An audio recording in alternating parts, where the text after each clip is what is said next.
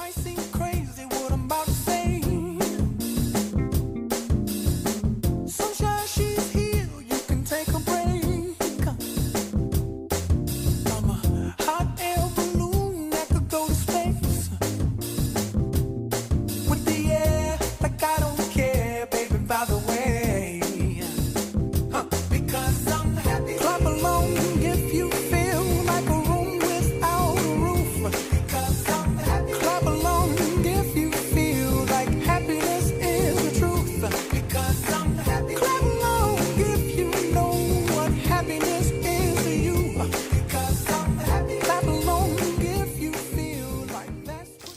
So this is our parallel pipe system. We have a reservoir at the top, and these are our parallel pipes. We have six, half a foot, 2 feet, and half a foot and half a foot. At the bottom, we have a valve, a glow valve. We have 4 elbows and 2 T's.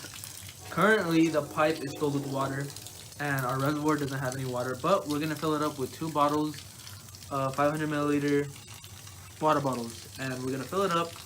And we're gonna, once it's filled up, we're gonna open up the valve, and we're gonna record the time it takes for the reservoir to be depleted. And then after, we're gonna measure the volume and to figure out our flow rate. So here it is. The parallel system is already filled up with water, so there's no air in it. And we are trying to prove the conservation of mass, or law of continuity. So right now, we're gonna fill up our reservoir with 500 milliliters. Two water bottles filled with 500 milliliters. And since it's already full, the water didn't go down because we have the glow valve closed at the bottom.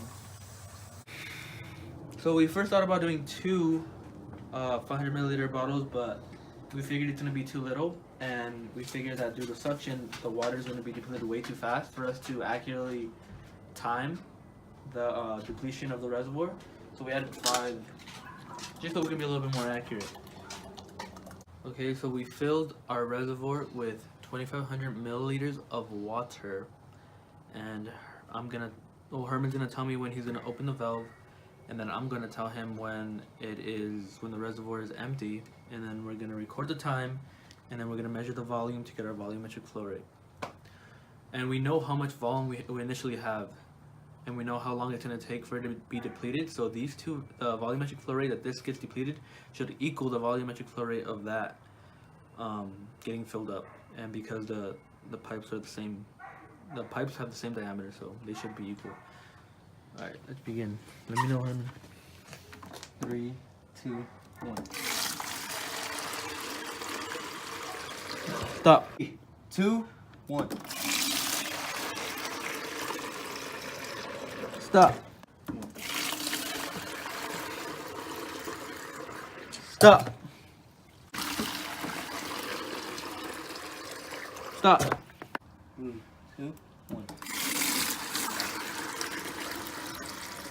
Stop. 3, 2, 1. Stop. Alright, we just finished recording our data.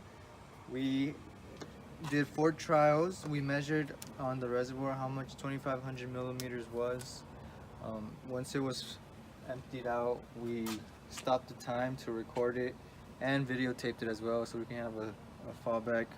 And then once it drained out into the other reservoir, we marked the heights, so then we can later measure the height and then get the area of the circle to get our volume, and then get the calculate for the flow rate. And at the end, we measured the height from the tip of the mark here for 2,500 milliliters to the ground, so we can get our delta Z.